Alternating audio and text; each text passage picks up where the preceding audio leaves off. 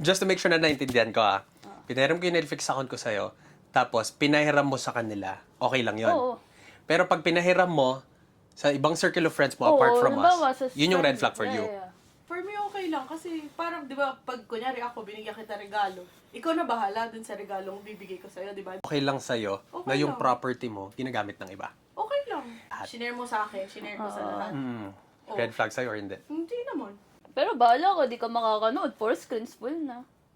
Parang gano'n. But the chances na sabay-sabay kami lahat manonood. Episode 2 ka pa lang, nanood siya, natapos siya episode 7. Gaano ka katamad para hindi mo na lang i-drag kung nasan ka? Hindi mo ba Okay. natatandaan ko na? Ayoko ng maraming kasi na-experience ko na ako nagbabayad, tapos ako yung hindi makanood.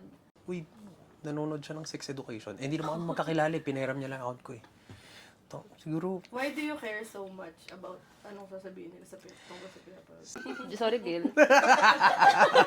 Kaya papahiramin.